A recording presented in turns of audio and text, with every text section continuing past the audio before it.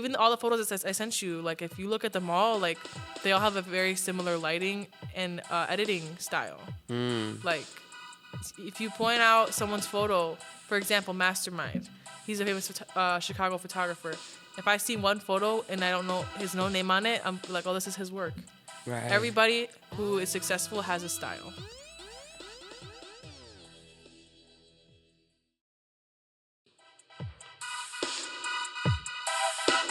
Time doesn't exist, there's more to what we see. Let's sit down, talk about it, let's just call it P.O.T, P.O.T, yeah. Let's call it P.O.T, P.O.T, yeah. Let's call it P.O.T. Yo, what's up, y'all? Podcast. Today I got a nice little episode for y'all. I got a little treat. I got a very, very talented photographer, but before I go any further, I'll just let her introduce herself. Hello, my name is Krod. I am a freelance photographer, videographer for about 6 years. I work with a lot of artists. I specialize in editorial, documentary, just all type of stuff around Chicago. And we were just talking about Premiere Pro. Yeah. Is that the best program you find for video? I don't think it's the best, but it's what I know. Like a lot of my guys will use DaVinci for color grading. I know a lot of people who still use Final Cut Pro, and their shit still looks good. I think it's just preference and like what you know, and even After Effects. There's people who edit whole videos in After Effects with no like special effects. They just use it to edit. Really? You know, yeah. So I mean, I like Premiere because it's sort of like similar as Pro Tools. Yeah. So, and also the workflow seems to be easier. Yeah, I think opinion. it's easier to find shit. Like in DaVinci, it's like a tree. It's like tree branches. Yeah, if you ever looked at it, if you ever get a chance to look at it, take a look at it. It's very confusing, but like everyone like a lot of guys I work with, they love using DaVinci, but I just have yet to teach myself where everything's at. So, I mean, when I started using Pro Tools, it was just like intuitive. Right away, I was like, all right, cool. Oh, you could cut. Like I actually think it has a better way to edit things than Pro Tools. I don't know if you ever used Pro Tools. I have never used that shit, but I see like I'll see people using it. It looks like somewhat similar to how an editor would edit footage. Just like even this right here, like this shit looks like a timeline, and it's a different type of timeline. But right. So that's kind of like what Premiere looks like. Yeah. And that's what I like. But Premiere allows you to do more with like the cutting. It's easier to cut things up, chop things up, put it there, put it here. All the shortcuts and everything on the keyboard, right. like well, I mean, quick. I'm not too adverse with the shortcuts yet, but I'm still learning. You just gotta look them up. Look up which button is which, and then, even then, you could also buy. Some people have like a separate like module keyboard type thing where it's just buttons. Like okay, cut, and then like move thing. Yeah, it's kind of crazy. It looks like a mini keyboard. It's like that. It has like little dials on it. And for photos, do you use Premiere as well? No, I use Lightroom, Photoshop, and that's pretty much it. Lightroom Classic. It's different, technically different software, a little bit different, but the only one I probably looked into is Photoshop. Photoshop is hard at first. My beginning of my career, I only used like Lightroom, and then I started to learn Photoshop because I wanted to do more like cool, like more extensive edits, like skin retouching and like changing someone's shirt or like random shit like that. Oh damn! But I think it's worth learning because you can do a lot in there. Yeah, because now with the AI stuff, like right, you can do some I use a lot of that too, and a lot of people have like their thoughts on the AI stuff. But I think it's beneficial if you're using it to like add on to your shit. Right. But if you're like creating whole art pieces from it, that's like cheating, right? Like, it's just like that's not yours. Exactly. You know, at the end of the day, that shit's generated, aspect, right? And half of the generations that AI makes are like copywriting other artists because they're learning from other artists, right? From online. So because you had like a video where you were editing like a photo, and I think you were adding like some flame to it. Yeah, that was the burning car, right? Was it?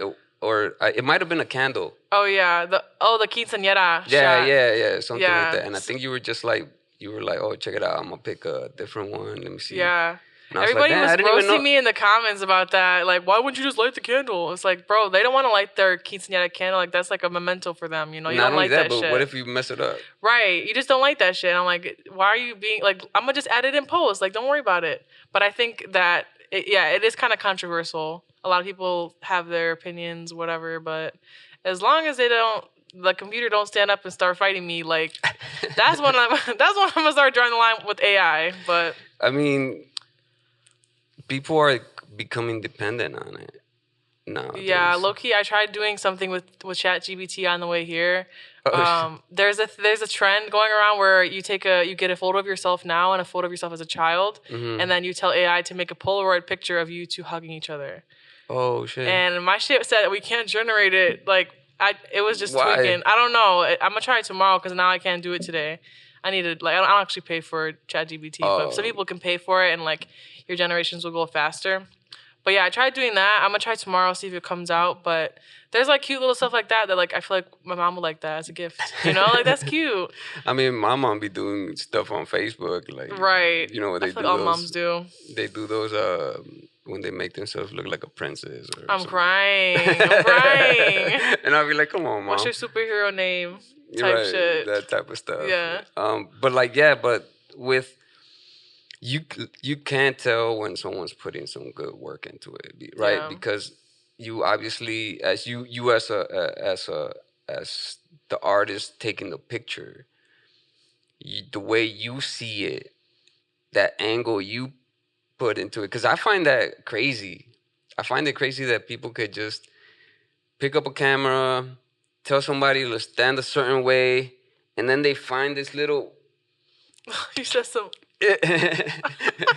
Yeah, no, and honestly, it's really who you're working with too. Like, especially if you're working with people, not everyone's comfortable in front of the camera. Not everyone's a model. A lot of times, like, I mean, I work with a lot of models, and they know their angles. I don't gotta tell them shit. I just gotta, yeah, that works. That doesn't work. Right. But when I work with like kids or like people who don't have their photo taken all the time, like you really have to make it like kind of an experience for them and like kind of walk them through it, make them feel comfortable. Like a big part of my job, and I'm sure a lot of jobs, you have to make the person you're with very comfortable because we're in a vulnerable situation where you're in front of a camera and you can't see what the photos look like, and I'm telling you what they look like. You know, they gotta have some trust in you. They do have to trust you, and that's why I think being a woman kind of gives me an upper hand in the industry. Because like, and then I've heard stories of like girls who like say like, oh yeah, I had a photo shoot with this one person, and like they didn't even talk during the photo shoot. They just kept shooting. They didn't even talk.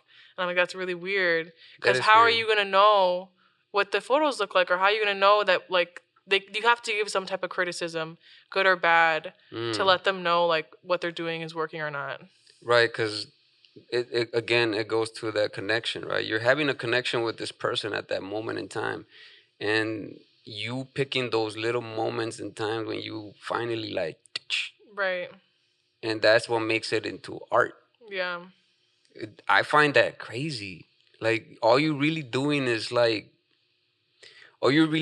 capturing light coming into the lens, and you're picking the exact moment in time where you feel that needs to be right. free. I mean, I'll be honest, like there's a lot of photographers, and I've been guilty of this as well, where it's not even like I capture that one moment. Like some people just spray and pray, and then they go through all the photos. They say, "Oh, this is the best one," you know, and that's what I do too. I'm like, I'm not spraying like continuously, but I'm taking a shot. Okay, this works. Let's try it again. Okay, this doesn't work. Let's try something different. You know, so I think when you're doing stuff like street photography, right, or weddings, or like anything where it's like that moment cannot be replicated. Yeah. That's super dope to me. Like I do stuff staged in the studio. Besides when I'm shooting events and like stuff like that where you can't replicate it. But why you say it like that? I don't know. I feel like editorial is hard, but it's also like easy when you know how to set up the lights and when your model's good. You know? And you have good equipment, obviously, but you can have shitty gear and still make it work. So you like sort of improvising? Say it one more time. Like improvising? I do, and I like collaborating with like-minded artists. One photo that I sent you of the 3 girls. Yeah. That was a collaboration between the girls and then the hairstylist and the makeup artist, and we all kind of were just mostly it was between me and the hairstylist. We had been doing most of the communication, and she kind of showed me what she like was looking to get, and I was like, "Bet, well, this is my style, and like this is how I'm gonna try to like showcase your work." And we did a bunch of cool stuff. The models were super talented, and that was my most recent shoot that I did like last month, I think. And yeah, we all love that. We all love the photos, that how it turned out. And it's always exciting when you're in the studio with a bunch of people and we're all creating together. Right. You know, so I mean, that goes back to you saying that, like, when someone's not talking, right, and you just like, that's awkward. Like, what? Like what's going on, bro? What do I do? Do I just Yeah. stand here and shit? Like, and that goes back to a little bit of like the AI too. Like, AI can't generate that connection. Facts. But I know, like, one of my homies, he needed a headshot. And he asked me what my prices were, and I told him my prices. And then bro ended up just generating a headshot through ChatGPT. Oh, shit. And, like, I'm not going to hate on nobody that does that, because I get it. Photo shoots cost money, and not everybody has the money for that. But, like, that's scary for the industry. Because it looked real. It looked real as hell. But then you look a little closer, like, wait a minute. Yeah. You know? So, I don't know. I'm just waiting. I'm just going with time, seeing what's going to happen. Yeah. But all I can do right now is just keep doing me. But, I mean, your pictures are, like, awesome. Like, thank you. The stuff that I've seen, like, because even the guy that also shares this, he's a photographer as well. And, like, he has, like, some dope stuff. And it's just, like, that's what I'm saying. I find it so amazing that people have that talent. The eye. Yeah, to be able to know. But then they have engineers who have the ear. Like, everybody has, like, their strength. Exactly, right. And then collaborating with people is what makes like a bigger piece of an art, and it comes together so well. Like, sometimes, like, you just gotta find those people, that like are professionals and are gonna not only benefit you, but like we're gonna all benefit each other by creating something just for fun. Exactly. I mean, that's what it is too. Just having that aspect of connecting with someone. When you're telling someone, "Hey, do this, do that," and like they're, like you said, they're vulnerable at that moment in time, but like them trusting you is like now you're connected in a different way. Yeah. And that's difficult to do too as a person, because you're putting yourself as well out there, right? Yeah, I have to be super like outgoing. Like, a lot of times I don't want to talk. I just want to be quiet and listen to music and chill and do the photo shoot. But I think you have to create that environment that makes people, 1, trust you, 2, feel comfortable, and 3, just like let loose. Because that's the only way you're gonna get a good photo or get good content or whatever, if the person feels like they can authentically be themselves. And you have to, and a lot of my job is being like a hype man. Like, I'll be like, "Damn, bitch, you look good." Like, fuck. And they be like, "Oh my God, really?" But I think for me, what started that journey of being like outgoing and like supportive was like becoming a waitress. When I was in high school, I started waitressing throughout college. And then when COVID happened, I lost that job, and then I started doing photography. But before I was a waitress, I was hella shy girl. Like, being a waitress like made me like, okay, I have to talk and cater to people now. And then becoming a photographer, like, I already knew how to do that, and I'm already funny, like, so I'm always making people feel good and laugh, and so that really helped me become like a good, how would you say, like, just people person, like a host of... literally like a host. Like, I have to like, and I love to host. That's another thing. Like, I love hosting at my house. Like, I love hosting dinners. So like, I don't know, I just like to make people feel comfortable and have a good time in any room, Are you like a chef or something? I be cooking it up sometimes. You feel me? Oh snap! But I don't want to talk about that. Another time maybe. But yeah, the being forced into that environment, right? Like, having to, like, because if you're not naturally outgoing, it's hard. It could be hard. I'm like, to be honest, I'm mainly a quiet guy. But you be doing podcasts? What do you mean? This is like, I don't know. I think I become someone else, and when I'm here, because I'm able to like talk and say stuff, and I know the camera's on and this and that. Yeah. Maybe it's a psychological thing going Right. on. But usually, like at my job, I'm just quiet the whole day. No talking. Like just chilling, doing my job, doing What whatever. do you do? I deliver tires and like rims. Okay. Yeah. The spinners. Yeah. Well, let me find out. I'm gonna get some spinners. Spinners on my scooter. Crazy. And with comedy, who are your comedians? Huh? Who are comedians you like? I don't really. I'm not like a comedy watcher, but like I have homies who are comedian, like Ruben Ramirez. Oh snap! Yeah. Baby Horchata. That was his old name, but Ruben Ramirez is his real name. He's funny as fuck. My guy does shows with him. Yeah, Oscar. I actually went to one of his recent shows in Pilsen. Yeah. I don't know if he was there. I don't remember the names of the other guys who were performing with him, but he's super funny. He always gets like, even if he's like acting or hosting an event, like he does a really good job at just like keeping people like engaged. And then like, I mean, famous people, I feel like, I mean, Adam Sandler, I grew up on that guy. And like Chris Farley, like those guys are just OGs. Yeah, like, that's Adam Sandler, man. I feel like now he's not funny, but also maybe because I'm an adult and I'm like, okay, I'm tired of this type of comedy. But like as a kid, that shit was funny as fuck. Like fart jokes, hilarious. Oh yeah. I grew up on those too. Like, yeah. I mean, you said Chris Farley too. Yeah. That guy, the photographer from here, he took. Well, he told me a story here that he got Chris Farley his job in SNL. He helped him get it. Let me find out. Yeah. That's crazy. He has it like on his business card, he has a picture of him. That's tough. Yeah. Wow. Like the stuff that he took of him or whatever. No like, shit. that's dope. He did like a headshot for him or yeah. something? That's he did so dope. a few, and I guess he picked the ones and...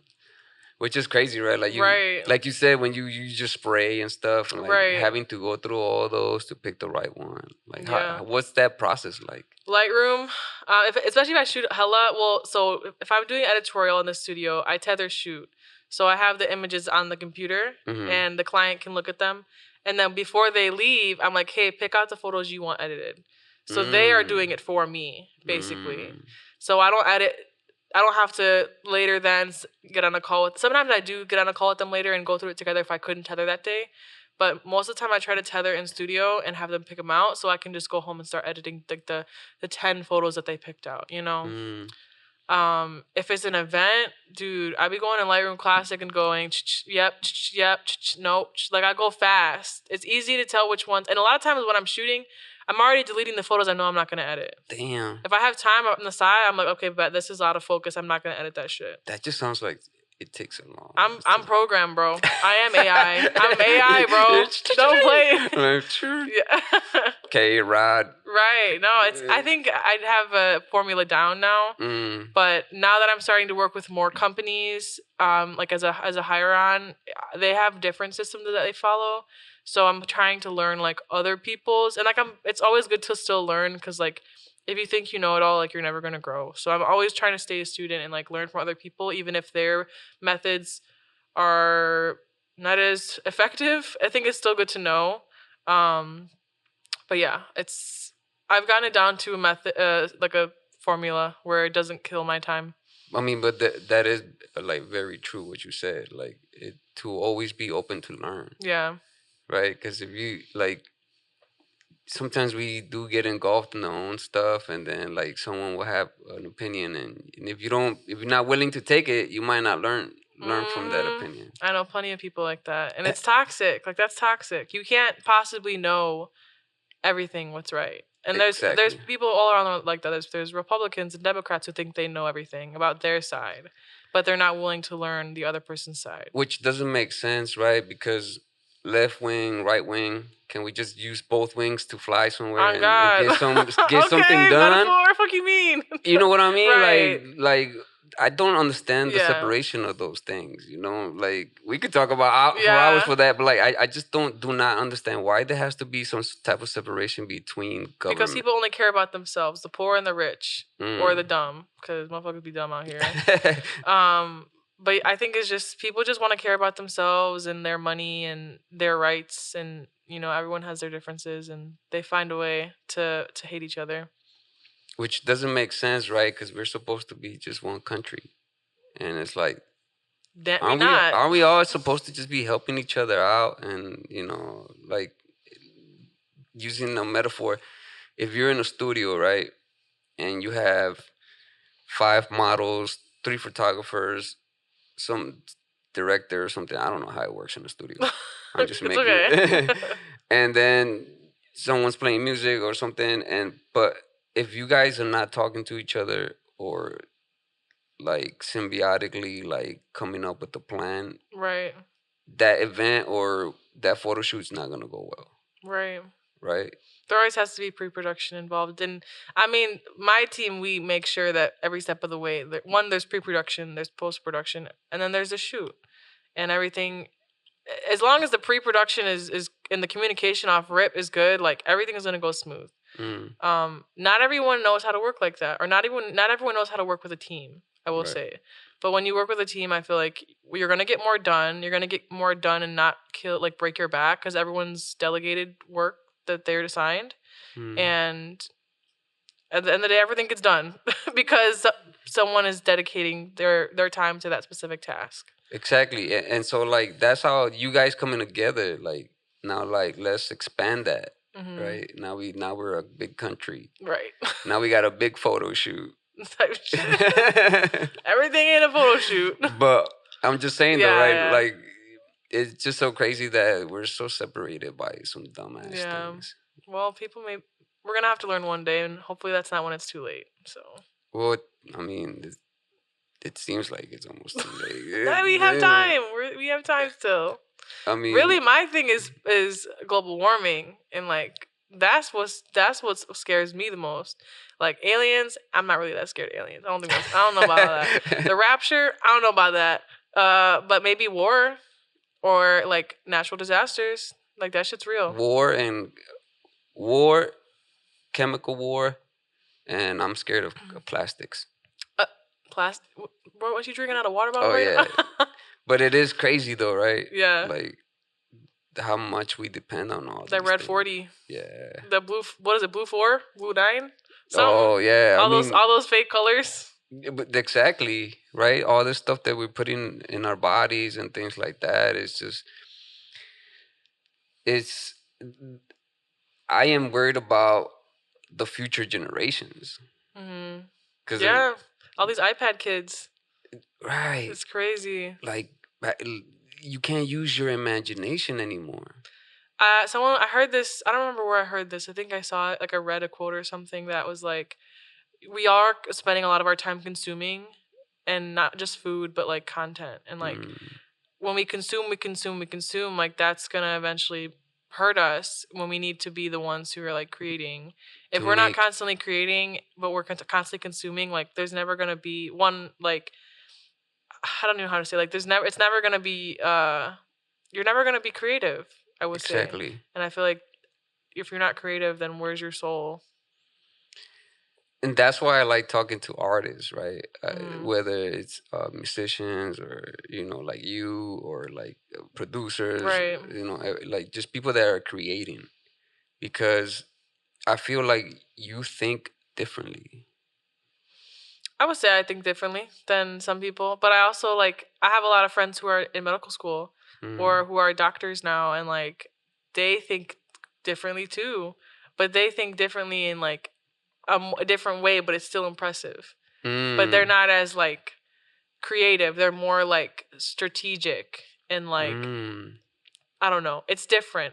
But when I talk to people who do have professions in different in non-creative ways, I don't want to say that's not creative because everything is creative, but how society views creative, they are always oh my God, what do you do? They're very interested and they don't want to talk about anything medical or anything finance or anything because but we also sometimes don't want to talk about art. Sometimes we That's just want to true. talk about the next movie that came out or something. I don't know. But I do think that artists tend to be more eccentric and just have like a more open mind Right. and a less conservative mind. Right. You're more open to work with people. Yeah. Because I see like sometimes people don't want to like deal with other people, and it, you know what I guess is it makes sense sometimes, Right. but as artists you have to work with other people. I mean, any job. You mean you have to like you work at Subway, bro? Got to pass the sandwich down to the cashier. Like, hey, man, you hurry know, up. like we got to work together, and as long as the communication's there, like I think people can work together. But when people refuse to hear other people out or relate to other people, that's where you start to like have issues. Or when people start judging people over how they look or Right. what they believe in. I was just watching those. I can't remember the YouTube channel, but basically they have like 100 conservative men versus 100 like I don't even know what the opposition of the conservative is, but like just free. Yeah, but they basically one of the questions was like, is it socially acceptable for men to wear a dress? And then like the conservative men are like, hell nah, like that shit gay. And then the other side is more like, well, you know, there's kilts. Men in India wear skirts, like men in Japan wear skirts. There's different cultures that wear them. And then they're like talking about like, well, does it make you a man? Like that's kind of feminine. That's too feminine. But what about the girls who be wearing masculine clothes? Like it's a double standard. And I just be watching stuff like that. And I think people have a lot of like. What's your stance on that? I mean, I don't care if a man wears a skirt. Go crazy. Go crazy. I just don't think it's right for people to judge people for what they're wearing. Obviously, if you're nude in public, that's a little different. But if you're not exposing yourself and you're not being disrespectful to people, like I just think... As long as it's not the birthday suit.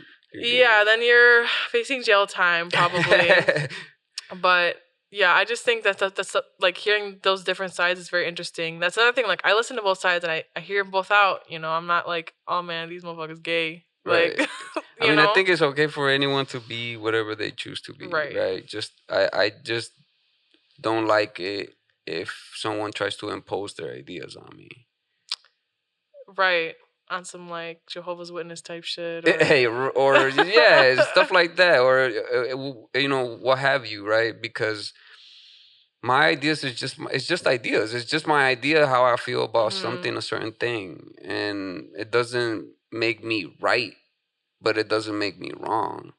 It's just how I feel about that certain thing, you know. Like we both look at that water bottle right there. We could agree that's a water bottle, but you might be like, "Nah, this is not a water bottle. This is that." And then I'm like, "All right, well, that's how you see it." But that it should end right there, not that like, man, fuck that. You have to see this water bottle, right? And that's when things become a problem. Well, let me ask you, what do you feel about like vegans and like the vegan community?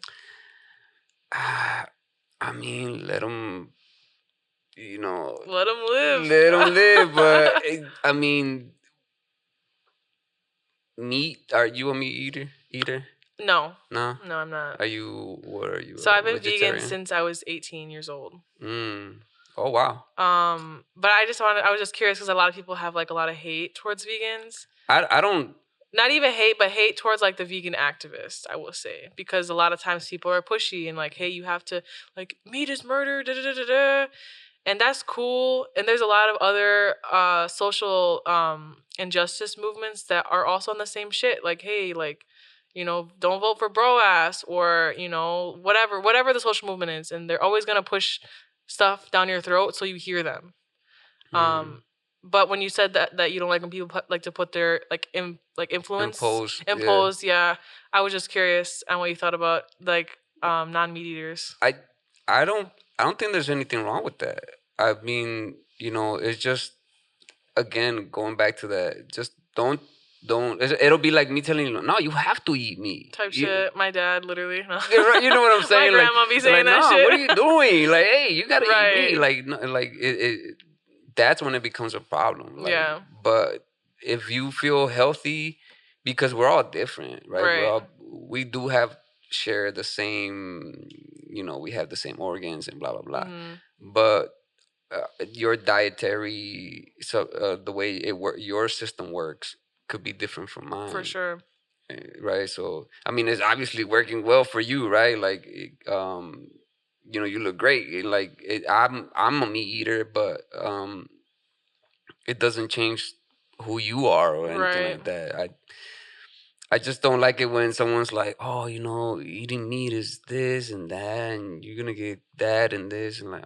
I mean, but a lot of it is facts though. Like the health reasons, like it's like literally scientifically proven. But also, like a lot of vegans go vegan because of the animals, and like that's not something that like you can really.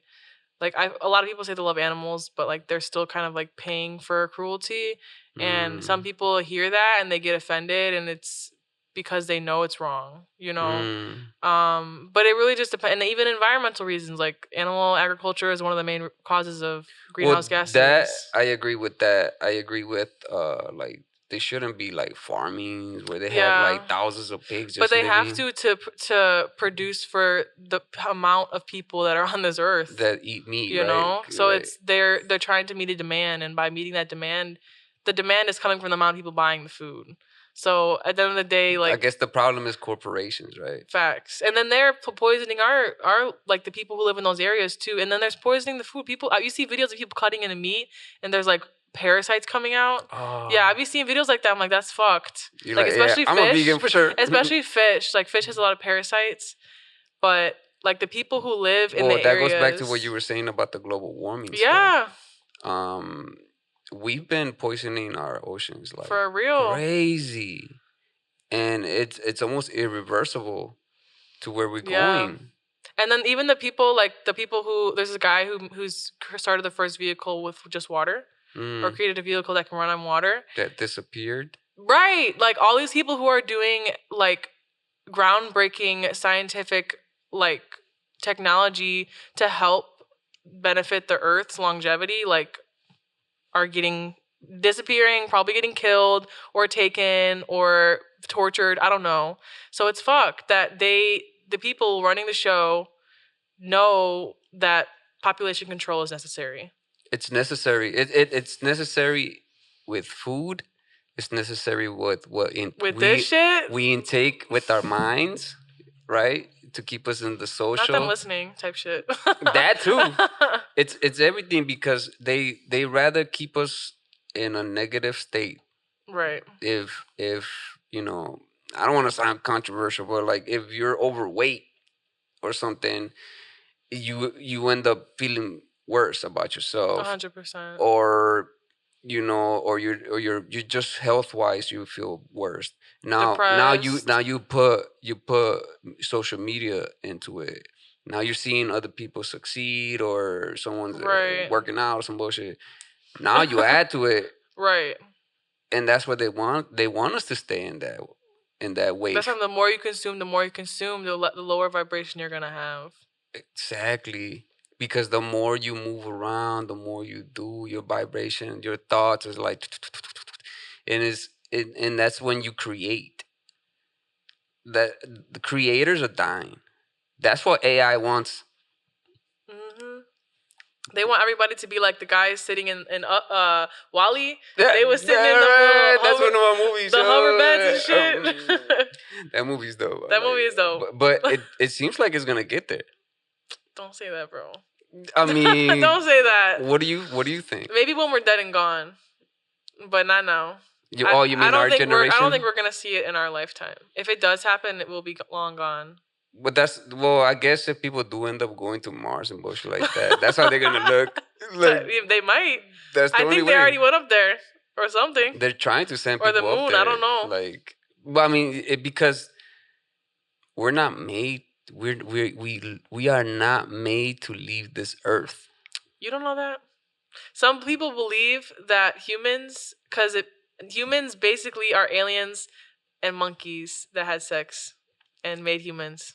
Oh, so you... I heard this. I don't believe it. I mean, I might. Shit, I don't know. The Sumerian text, huh? Sumerian? Yeah. What does that mean? There's the oldest text that they have found are from the Sumerians, and then they believed that aliens came down and they found hominids like monkeys or Yeah. something, and they Produced. did something to their DNA and they created us. Oh. See? That's not because I don't know. I don't know how we could have evolved from monkeys. Like I know that's our closest relative, but like mentally, I feel like how can we speak? How can we create languages the way we have around the world? Like I don't know. I just think there's something different about humans than there is like every other animal on the earth. Just the way that we communicate with each other and like the way we're able to build shit, you know? Right. Well, So- I've woken up looking like a monkey sometimes. So I'm like, maybe. Type shit. But I woke up like, no, but yeah, going with language. Language is crazy. Motherfuckers It's know. so There's motherfuckers out here that know crazy. like more than like 15,000 languages, or like Yeah, not I even that can't- many, I but like mean- maybe like 25 languages, and they can speak to people. Do you speak any other languages? No. No, not Spanish. Barely No Spanish. French. I grew up speaking English. Oh yeah. My dad spoke Spanish, but he didn't teach us. Where are you from? Oh. I'm from here, but I'm third gen, so my grandma's from Cuba.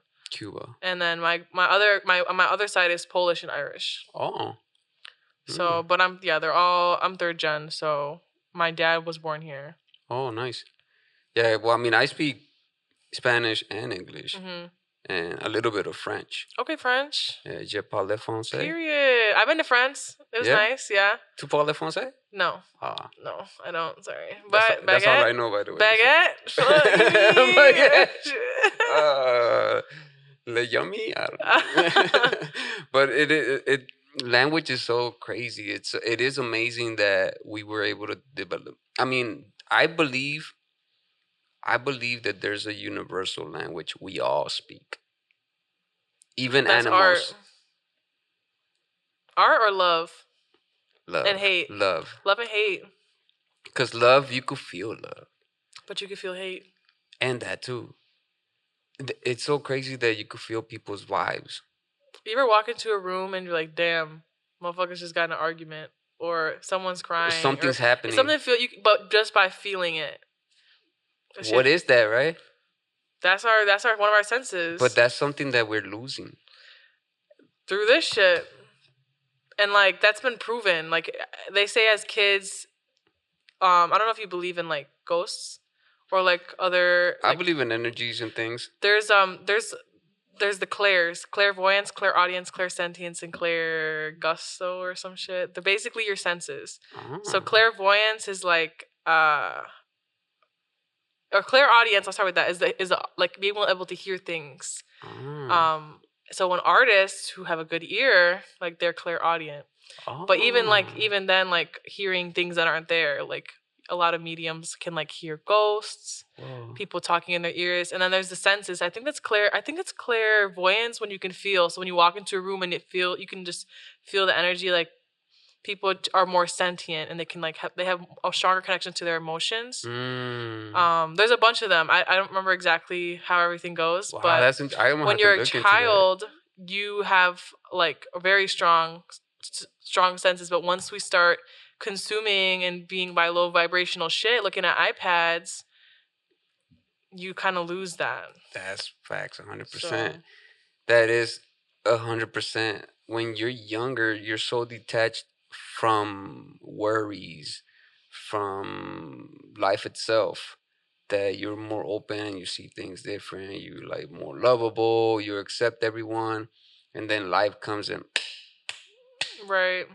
And even as a kid, like even when growing up, a lot of people are like, "Oh, it's just my imagination." Like when you see things that you don't want to see or hear things you don't want to hear, you always tell yourself it's just my imagination. Or like parents would say, "It's not there." Like things like that, or just forget about it. Like as we get older, we tend to block things out, so that's why like we kind of lose our senses in a way. Right. Yeah. I mean, there is something more to this reality that we live in. For sure. There's way more than what we see, what we touch. you know how we were saying you could feel people out. You could connect with someone. Sometimes you don't even have to talk, and you'll like feel somebody out just by Right. like something body language. Somebody starts crying next to you on the fucking train. Oh, and You're you're gonna be like, dang. you just want to hug them. Or yeah, You know? or especially if it looks like they just something's really hurting them. Yeah. Sometimes, I mean, one time when one of my dogs passed away, you know, I had to put him down. Anyway, long story short, I'm in the waiting room. I come out after they put him down. I'm crying like crazy, Bro, crying, pouring. To be the worst. And then this lady that I didn't even know, she just comes and she hugs me. She's like, "It's okay, don't worry." And that just that little moment in time, I didn't know. I don't even think I even saw her in like in her eyes. Right. But just that hug was just like wow. And but like it's something that we all share, right? Like like that's like a universal language that really is something that we all feel. And this reality seems to have more to it. To where you know how you're saying that when we're kids, we're able to see things that they're like, I don't know, what's that really? Just have a stronger emotional connection to the world. Right. You feel like animals feel things that we don't feel. Bro, I got a cat. He be looking at shit that I'm like, what you looking Yo, at? What is over there, bro? Cats are like they're able to tap into that energy. There's a realm that I believe. Yeah, no, for real. There's a realm that cats are able to tap into. I don't know if you ever done like brujeria. That too, but like shrooms or anything like that. No. Okay, so one time I did that, and my friend has a cat, and man, we started tweaking. The cat was almost like communicating with me, and I was like, "Whoa, these cats like have like this awareness about them." But not dogs. Dogs have it in a lovable way, like, "Hey, you, what's up?" You know. I think dogs have it in a way where if you start crying, they would come cuddle with you. Yeah, and cats are like, "I see you, bro." Yeah, like you're right. They're really smart too. They're like, you know. I think the Egyptians were onto some shit. That's why they was worshiping them. They were worshiping cats. Cats have a connection to that realm. And I think that realm, we have access to it when we go to sleep. You know what? You ever had sleep paralysis? Yes. What was your last experience if you feel comfortable sharing? So, I don't want to sound weird, right? But like, okay, so I had a dream that the devil was talking to me. That's some Snoop Dogg shit. Yeah. I'm gonna give you everything that you want, type shit. Right. But it was sort of like that, and I couldn't move. Like you saw him or them? I didn't see. So it wasn't. There was no representation whatsoever. You heard the voice though. It was like I didn't. It wasn't. There was no words exchanged.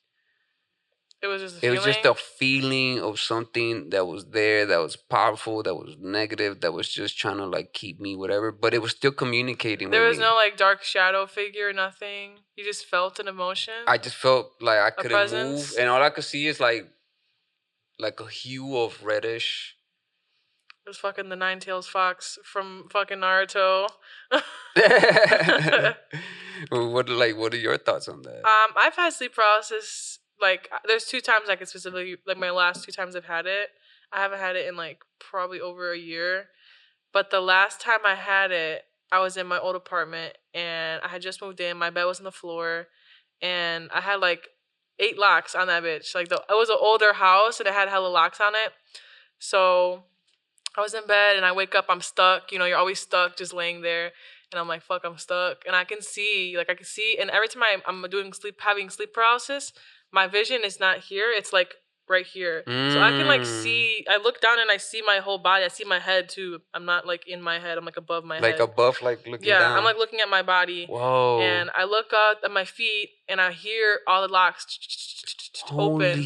My shit opens and I'm just hearing it from the other room. I'm like, and then I hear footsteps walking towards my room. And I'm like, fuck this. I know I'm about to see some shit, and I don't want to see some shit. And I had sleep paralysis before this, and the only way it got me out of it was if I take a deep breath. Mm. So I was like, okay, but I know I'm finna see some shit. Because if you try to fight it, you're gonna be in that bed.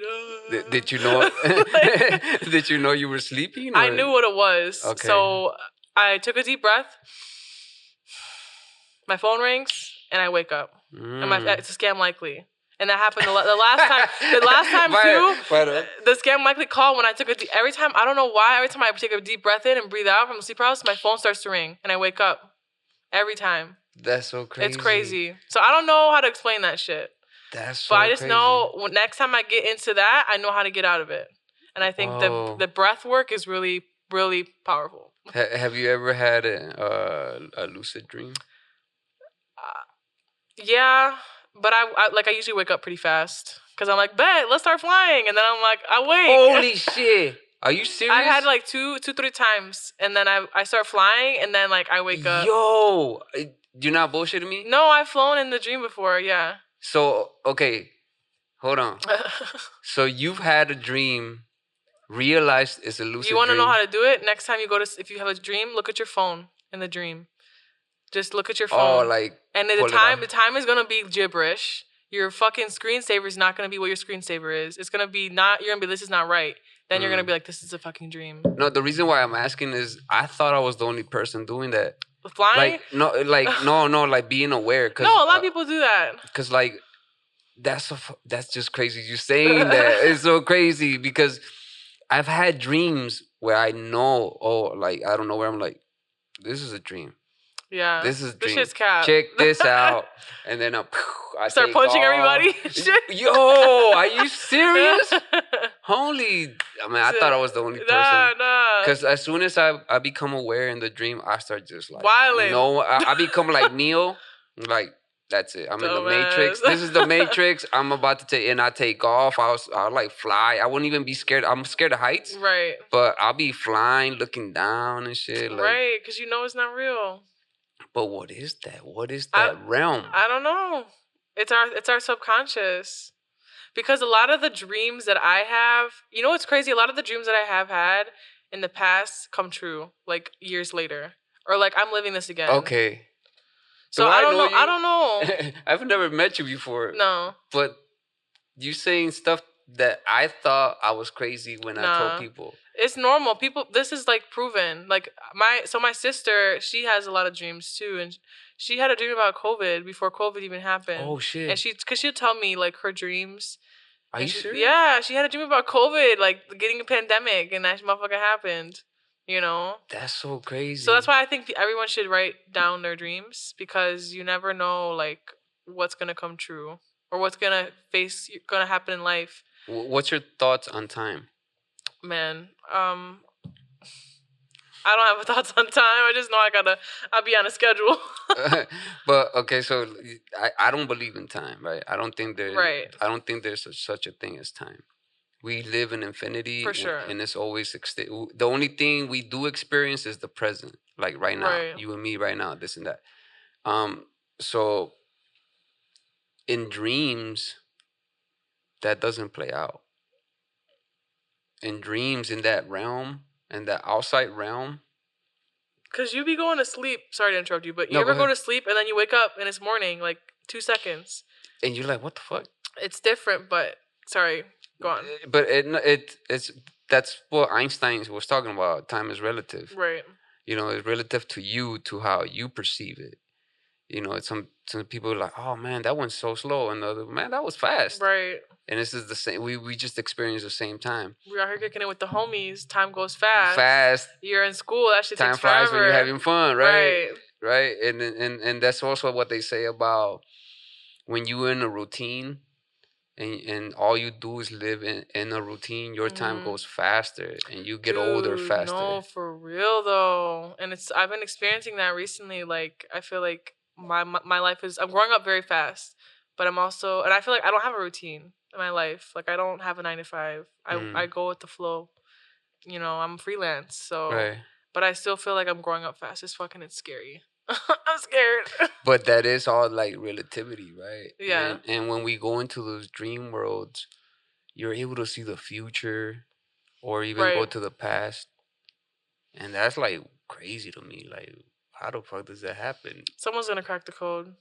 You know, they have a machine that I saw on like in the news that someone created a machine that it's probably not very like effective yet, but it can record your dreams. Oh, you seen this? yes. I'm Yes. sure it's I like just it's like posted it. blurry and shit. I posted it on but- my thing. There's like a little long thing. Yeah. That's is that's gonna be crazy for people who cheat on their. No. I want to know what my cat is, or my dog's dreaming about. Oh, you know, like that would be. Have you heard about supposedly they're making an AI that could translate? That's cat. You think so? For dogs? For cats and dogs, that they're gonna be able to translate what your cat says. I don't know about that. I feel like for me, I don't understand. I feel like the only animals that have a language are ones that live in the same environment. Like I have a cat, but they're never around any other cats. So how do they know how to speak the cat language? That's what I'm saying. There's a universal language that we all speak. Right. Humans and animals, and we all share that. Okay, I see. Like okay, sorry. I see what you're saying. Yeah. I'm like the cat language is like what the fuck? But I mean, that's what I believe. Yeah, like you talk to your dog like get over here instead of like come here. Like it's the way you're saying it and the tone, right. And then also like your energy and when you're like saying that. Exactly. It's just and it kind of coincides with what we were saying at the beginning. Is that connection? Right? When you have a connection with, because you could go to a dog from someone else and that motherfucker might bite you. Facts. And it's all just unless you real big dog, then they won't fuck with you. They gonna know the energy, right? You know, because like I know people who, like my dad. Literally, my dad is like, I feel like all animals are scared of him. Like every animal he ever comes in contact with, like respects the fuck out of him, and they listen to him. I don't know why. I don't know why, but I think because he just has this energy. It might be like an alpha thing or something. I don't know. Type shit could be. Because I'm telling you, I believe that there is this thing that we all know, and we're losing our humanism as we progress with technology, with these lights, this social media, all that. We're losing what we used to do as humans. Right. We used to connect on a higher level, in my opinion. Now we can stand in the elevator and look at our phones. Yeah. And like not talk to anybody. People go to restaurants and shit, and instead of like talking to each other, they're all like, yeah. I've seen that. Like, I'm like looking around like cringe. Yeah. Like, man, just enjoy right now. Right. You know what I'm saying? Like, what is your opinion on like online dating? Online dating. And like making connections online. So, I think it's dangerous for women. I agree. I 100% agree. I think it's dangerous for women for like, if I want to be honest, like most men, I mean, I got friends and shit. I know how they think, I know the guy's mind. But it's just, I guess it depends on how you feel, right? Like, as a woman. Well, I mean, it could be dangerous for men too, Yeah, because some in different ways you could get set up or something. In different ways, like there's girls who literally drug men and take them. I've heard about take that. Their money, take everything. Yeah, but they'll spend all their shit from the card. In Thailand, they be doing that shit, like the girly boys. Yeah, I watched a documentary about this. They basically drug. I don't know what the drug is. It's not roofies. It's like worse than that. Whoa! It basically makes them. It doesn't make them pass out. It just makes them very like. Drowsy. Like you kind of just like if they tell you something, you'll do it. Oh, like so like let's go to the ATM, let's take out some money, and they'll take it out, and then they fucking rob them. But I mean, if it all depends on the person, right? Like it's hard to, because I don't know if you've seen that Netflix thing. Like they have I forgot what's the name of that documentary, but like some dude that was just going and meeting girls online, and he'll mess them up. He'll be like, he'll date them for a little while, and then he ends up whooping them or something, and then he'll go somewhere else, get with another girl, and then eventually some girl saw that he came out on the news. And you're like, hey, how did he meet you? You're like, oh, it was through a dating app. Like, what did he tell you? Oh, like, no, he actually has a wife. He has like 5 kids and all some bullshit. And that's when I'm saying, like, I think I think the online dating could work, right? If it's like a connection where you could have Yeah. a type of connection. I'm very like, I'm just even very like standoffish when motherfuckers DM me who I don't know. I'm like blocked, like like. I mean, but I mean, there's girls out there who can't defend themselves, and that's even scarier for them. But there's an app, and I'm in a Facebook group chat called "Are We Dating the Same Guy?" And there's also an app called T, and it's the same. Shit. It's the same shit. They basically post photos of men. They say, "This is his name. Do you guys have any comments on about him?" Or they'll be like, "Hey, this is a guy. Beware of him. Sexual abuse." Shit. Like, but it's kind of fucked because a lot of it's defamation. So there's women on here who are maliciously trying to like make this person have a bad reputation that may not be true. That's not that well. And I've seen guys on there that I know personally, and I'm like, shit. This is cap. I'll like be like, this is fucking cap. That's crazy. I mean, if for as a tool, I mean, I guess that's a good thing for women to use. But if someone's like making shit up, then it's bad, because nowadays you don't know. Me with like dating and stuff, I believe that you should always be transparent right off the bat. Be transparent as fuck, right? Because but not everybody can do that. Yeah, because if you fake the funk, eventually that's gonna come out, right? Like I don't know how you work with dating. I don't know if you're dating someone or anything. Me right now, I'm just just trying to chill back for the meantime. But like, if I do meet someone, like I would want to just be transparent right off the. Just as soon as you meet me, look, this is who I am. This is how I am. This is what I like and I don't like. And then if we end up dating somehow, and it's 2 years in, there's no surprises. Right. Some people, like a lot of, there's a lot of guys out there who are like, oh, I love toxicas. Like, they want that shit. They want the drama. And that to me is crazy. Because I'm too old to be surprised of whatever, like, but the people that want that, they want drama. They want, like, people who aren't healed, I will say. Well, I think having the right partner with you is very important if you're chasing some type of dream. Because I agree. If the drive, if you don't have the same drive as me, then like it's not gonna work. I don't need to be right. Yeah. You don't need to be around me. And then there's people who just want to be playing video games or whatever, like not chasing something. Right. And like that's just gonna drag you down. To be honest, even if I'm working with someone that's lazy, I can't work with someone next to me if they're lazy. Now, even more if I have a partner. Like, I've been in a relationship before where I wasn't as free to do my art or to do the things. Or why not? What are you really doing? The jealousy and It's like you should be doing some shit.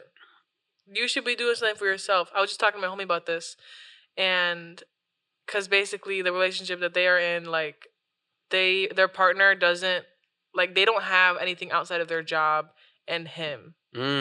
Like he does jujitsu, like he has friends that he hangs out with, like he does things for himself, and she doesn't have the same thing that he has. And like that's kind of dangerous when you don't have something that makes you happy and you're just relying on your partner to make you happy. That's 100% true. That's why with like the dating, not only should you always be transparent, but you should always let the person know out of the right? Like, look, I'm trying to do something with my life, Right. and you have to accept this. If you can't follow along at the same speed I'm going, like, I'm gonna leave you behind me because I have a goal, and if you don't have a goal, then Or we I can't don't, meet in the middle. or I don't need you slowing me down, Facts. right? Because you don't want to be in a relationship where someone is gonna be, where are you at? What are you doing? That's just, Who are you they're with? just insecure at that point, because that's not, I don't know if that's slowing them down. That's more so like being a inconvenience, and like you're clearly not comfortable with With who you yourself, are or your like partner. for you to be tweaking on me, or you don't, there's no trust, like you don't have trust with me, you know. And that's why I'm saying, like, if you're transparent right off the back, my trust that I'm gonna gain from you is gonna be earned. I'm not asking for it. Right. Like a cat. Oh, let me reset. Cats, they don't fuck with you until like they know you know you. They know you're gonna give them food. They know you're gonna provide them shelter. They know you're gonna show up when they are hungry. With cats, you gotta earn it. Yeah, dogs, they just be nice to everybody unless they're like a fighting dog. But that is the problem with dating, right? Because most people just well, I'm gonna speak on my own behalf. When I was younger, I would just go for the looks. Everybody did that. I was always just, let me just go for the looks. Oh, girl, you so fine. You know? Right. But is she smart enough to understand my jokes? Does she know? I like that. Is she smart enough to understand my jokes? Yeah. As I grew older, that was one thing I always looked into women, like intelligence. Right. That's so important to me. Like when I see someone that's intelligent or doing something crazy, I was like, well, it's not a box of rocks, you know, or a bag of rocks. Yeah, there's something there. There's something I could like learn from. And a lot of people nowadays are kind of dumb. It is true. I mean, I'm not, and it's the phones, like, or they're more into what's going on in the world other than what's going on with yourself. Right. You know? And like I said, as I grew older, that's when things are like, no, I want someone smart.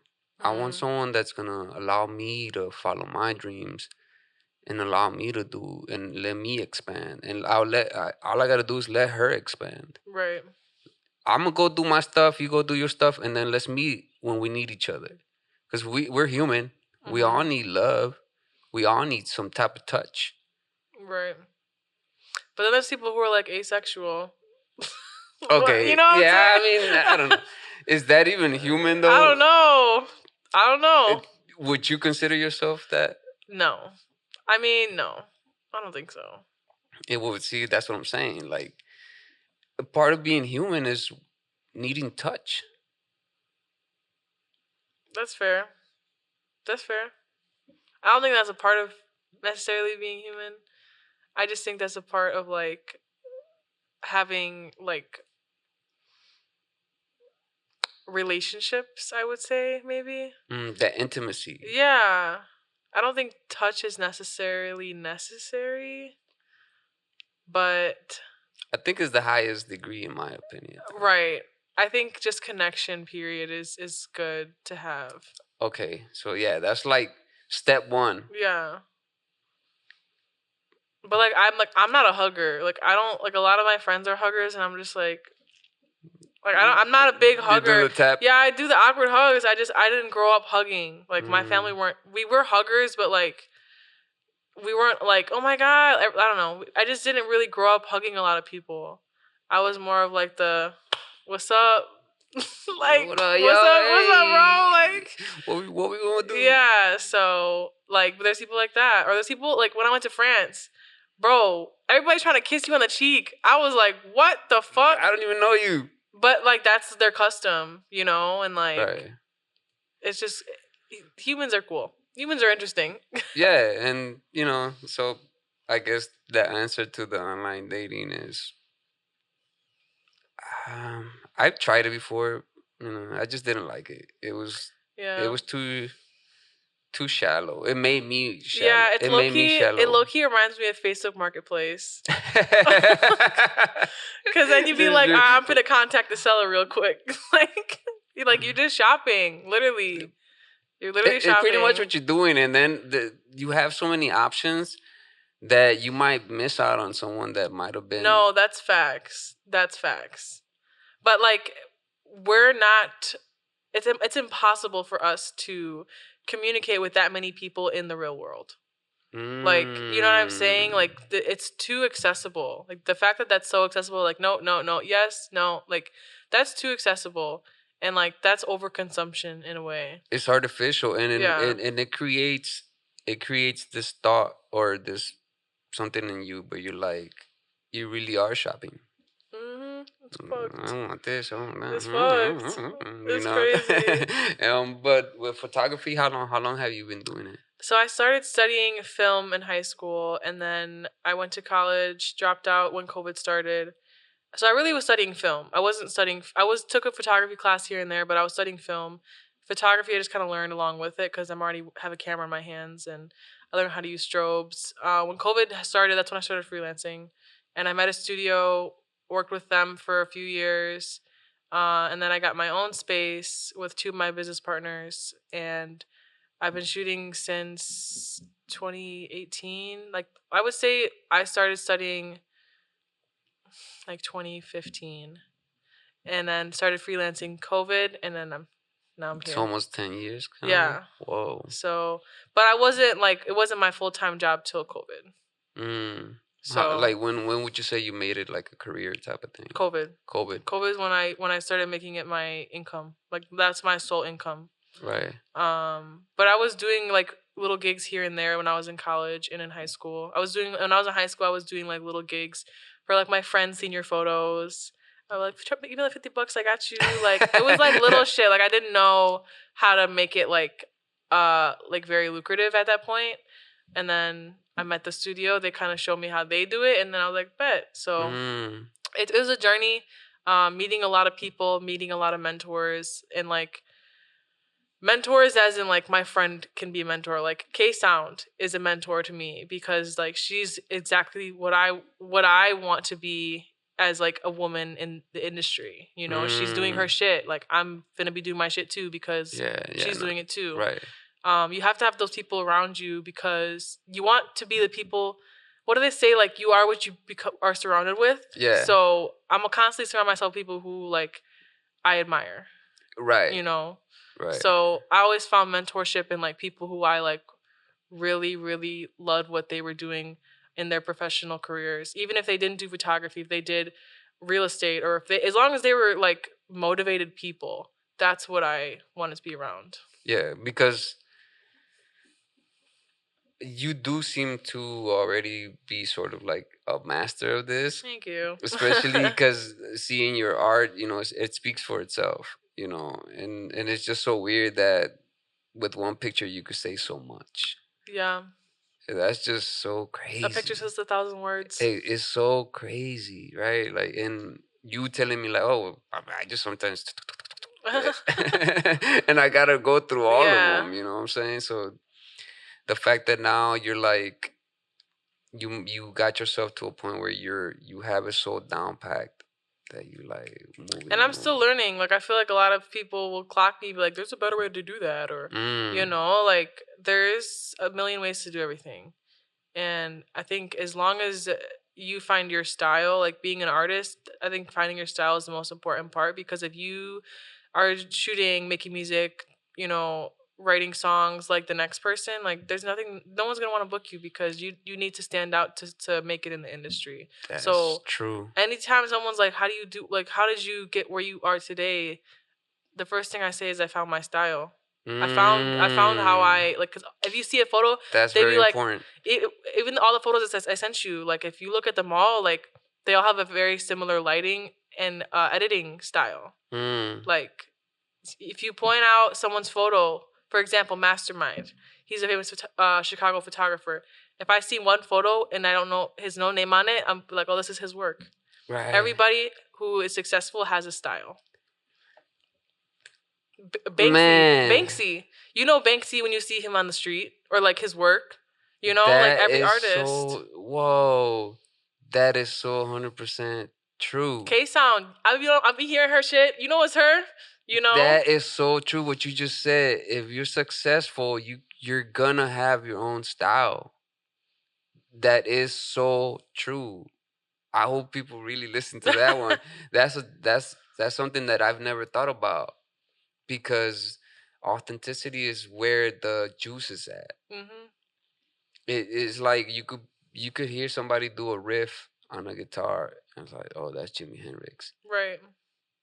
That's what it is, because he created that style. He made it. He mastered Their voice too. Like people, a lot of recording artists get famous because of the sound of their voice. Right. Not just even if they can't write for shit, you can get a ghostwriter. That's fine.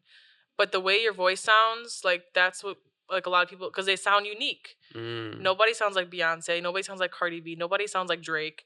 Nobody sounds like any, these big names, because you can tell that that's their voice. Exactly. You know when someone is featured on the Right. track. You know. But man, that's so true.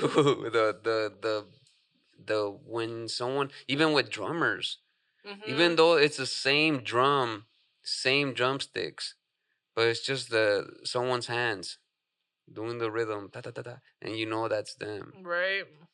Crazy. That's just so crazy. Like that's and with these pictures that you sent me, these you did them at your studio, or?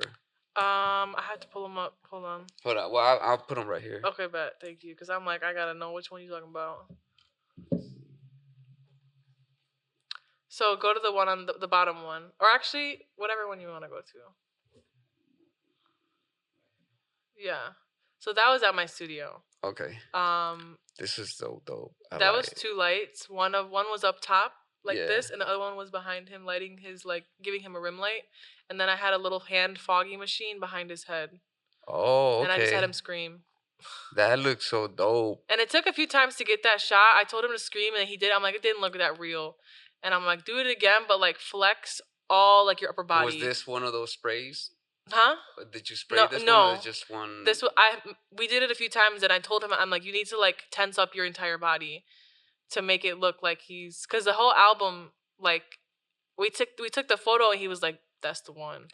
Because the whole album is basically I'm him, and he's kind of rebirthing in a way, so yeah, so that one was in my studio, and it wasn't a spray and pray. It was more of okay, we need to try it again. Let's try it again and do this different. Wow. And how did you? Because you say you had a smoke machine. It's like a little hand fog machine. Oh. So it looks like pretty much a vape, but you press a button and smoke starts to come out. Oh, okay. Yeah, because it's controlled right on top of his head. That looks, man. The contrast too. See, I couldn't do that. The way you have it contrast to he's in the middle, the light is on his face. Yeah. But yeah, you can still see, you know what I'm saying? The shadows, I feel like it was too dark, but I think he liked it. I think you can barely see his hair, though. That's the one thing that I didn't like, is you couldn't really see his hair. Right. Because he has dreads. But yeah, I like this image a lot. And all he told me was just highlight my skin and my jewelry. and he's gonna wear a crown. That's all they kind of told me. And then I went on Pinterest. I found some references. I was like, this is what I like, and I want to try it. And I'm like, bet, let's try it. And then I added the smoke, and we didn't even have the smoke. Wasn't even part of the original plan. Oh, and I just added it, and he's like, yeah, that's fire. This is fire, for real. I wish I had a dope ass album like that. Right. That one's dope. This is simple. This is a very, I don't want to say it's simple because it wasn't that simple, but it's not as extravagant as the last one, I would say. Right. But I really enjoyed this because when I got to work with these uber talented models, the girl in the middle, I actually know her, personally. I've known her for a few years. And then the girl whose hands are in the back, that's the hairstylist. So she did all their hair. So basically this whole shoot was kind of catering to her and also the makeup artist to highlight the hair and the makeup that they did. It was a beauty shoot. So I was like, let's get all the girls to stand like a bad bitch army. And yeah, it came out dope. They all snapped. And how do you get so much definition? So is editing. That the lens? Or so well yeah. I would say the lens. Obviously the equipment plays a big part in getting it clean, the lighting too. The lighting is like the biggest part, I would say, to getting your And images this is crisp. like post. Yeah, so I did edit. I did skin retouching, and then I also did like dodge and burn, and that's basically like contouring the body and the face. So like Dodge the and burn. highlight, it's called dodge and burn. It's like an editing technique. Mm. So basically, like the highlights on their shoulders, I added those. Like on their face, basically you're Oh. giving them more makeup. In a way, you're giving them more contour. You know, contour. Like I don't know if you're not. I know you're not a female, but you know the concept of contouring and makeup. Like you put like the lighter stuff, and you put the darker stuff here. Okay. You probably seen videos online, maybe. I hope not. But when you put makeup on, you put lighter colors here, you put darker colors here. So that's I mean, I've basically seen what I'm people doing. do like on TikTok here and then it'll Yeah. pop up like, oh, check it out. So same thing with editing. Like I just exaggerated it more. Like even on her collarbones, I exaggerated the collarbones more by adding the lighter and the darker tones. And it's so crazy because it's a flat picture, but you're the way you use the shadowing and the accents, it makes it pop up a bit. You know what I'm saying? I love this photo so much. That's This so is my this is recent, and I'm just obsessed with this photo because they look like a bad bitch army. And how many takes this one take? Not a lot because they're models. So they already knew what they were When doing. you work with models, it's different because they said and they said I'm like, all right, bet next. Teach me how to Dougie. They all ate, like all the girls ate. Let me see. This is another cover art that I shot. This is an artist that I work with a lot. Her name is Sherian. Mm-hmm. Yeah, they were doing the music video. They rented out like a Western themed town, like that was it's abandoned. So it used to be like a Western themed town you can go in, and it was like a not amusement park, but like kind of like old timey, almost like a Renaissance fair type of thing where you go and it's like everything's old timey. But this place was abandoned. It was like in the middle. It was like all the way up north, damn near in Wisconsin. It was far. But we drove there and we did her music video shoot there. And while like in between that, I kind of shot her cover art and like did some photos for her. And this was the image that we ended up using for the cover art. She was fitted as fuck. I loved the fit she had. It was so random, like the football pads with the cowboy. Like it was a cool contrast. And did you like use a filter for this one or like editing? Yeah. I don't really use filters.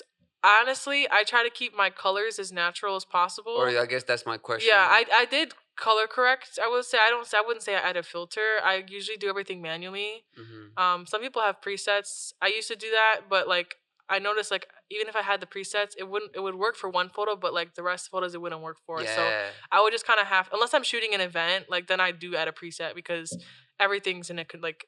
It's just it's different. Yeah, this is more like I'm catering to this photo specifically, so I'm gonna cater for these colors that came on this photo. Yeah, because you obviously made like the blue stand out a bit. Yeah, I love the blue and the orange. They are on opposite sides of the color wheel, so that they contrast. They complement each other. Yeah. So that's why it's very eye catching because the blue and the orange. Yeah, that's because like your eye immediately goes to the bluish where the orange is at.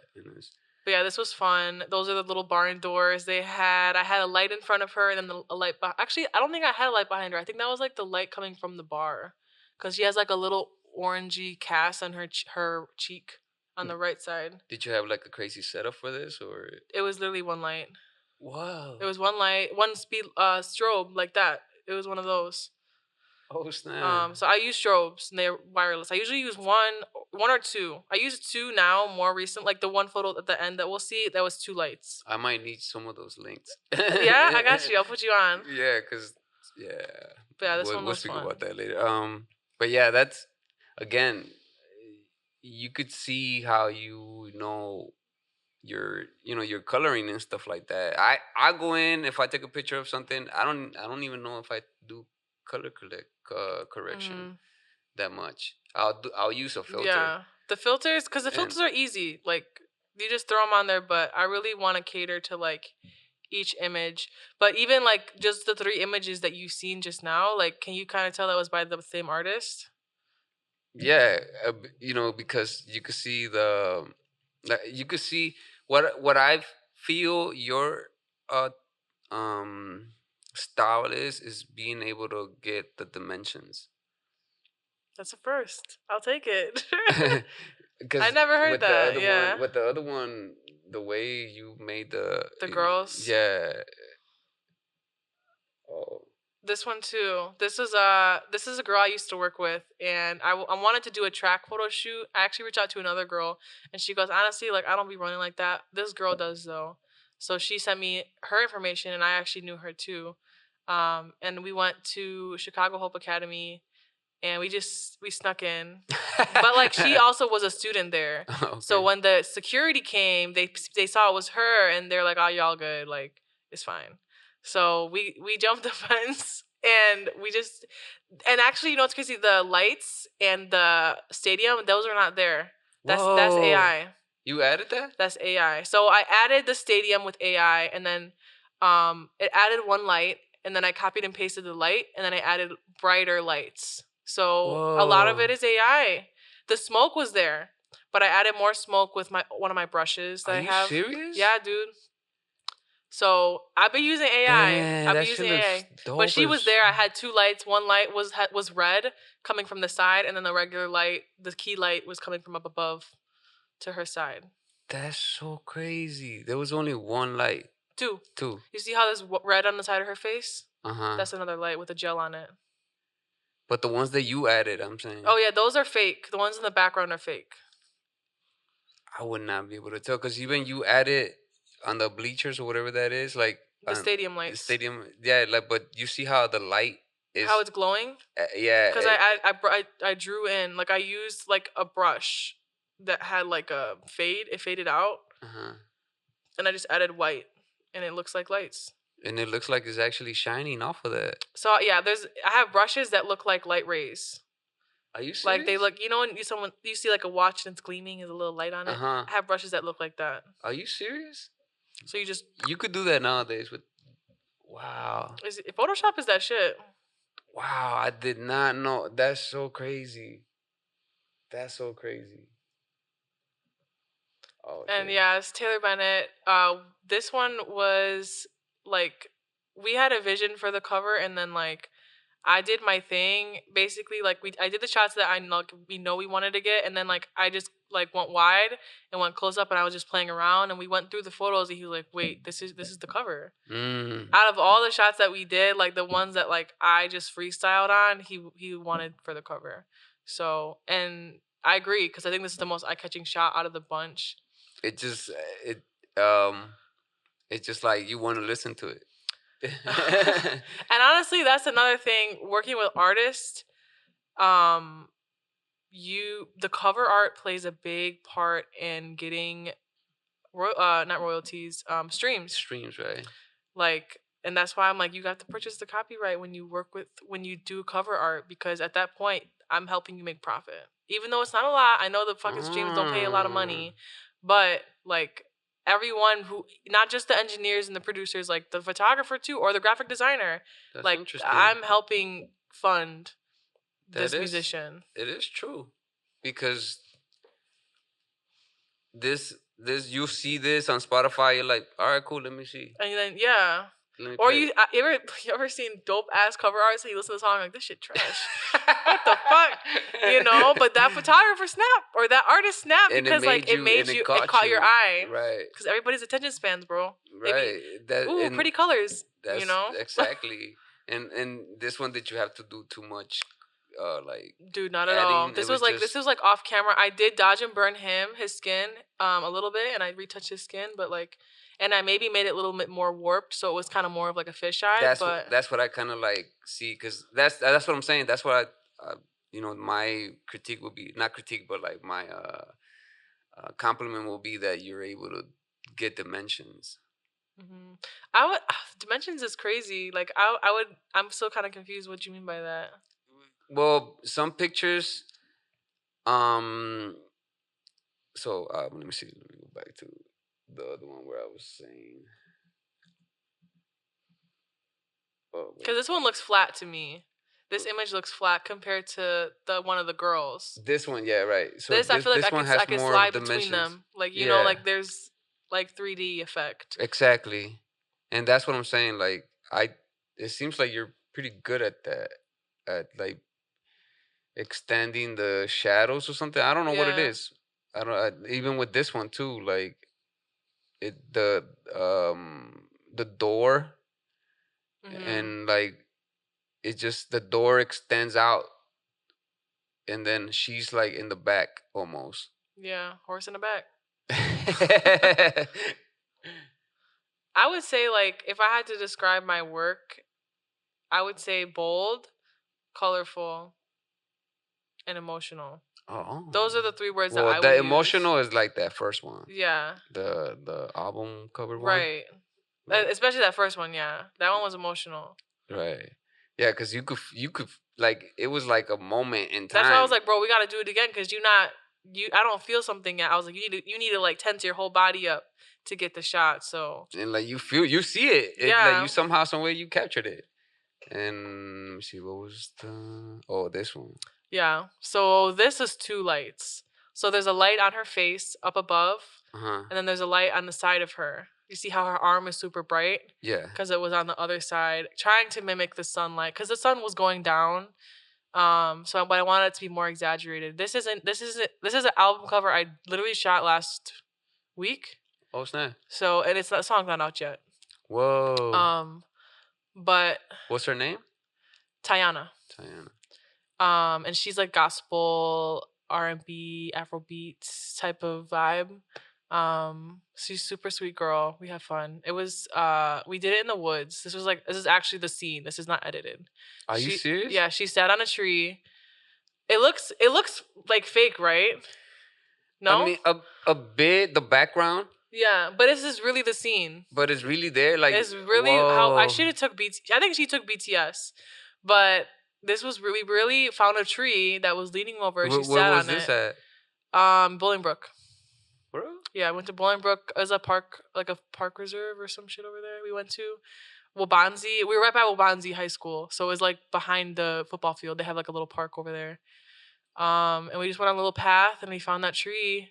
And she's like, "Let me lay on this bitch," and I was like, "Bet." She had these props. She had a cigar prop and a scotch, like an old fashioned prop, and it was literally it was like resin, like little fake ice cubes in resin with a little lemon peel. And then you tilt it over, that shit stiff, Okay. And then she had the cigar, and if you blow in the cigar, vapor comes out.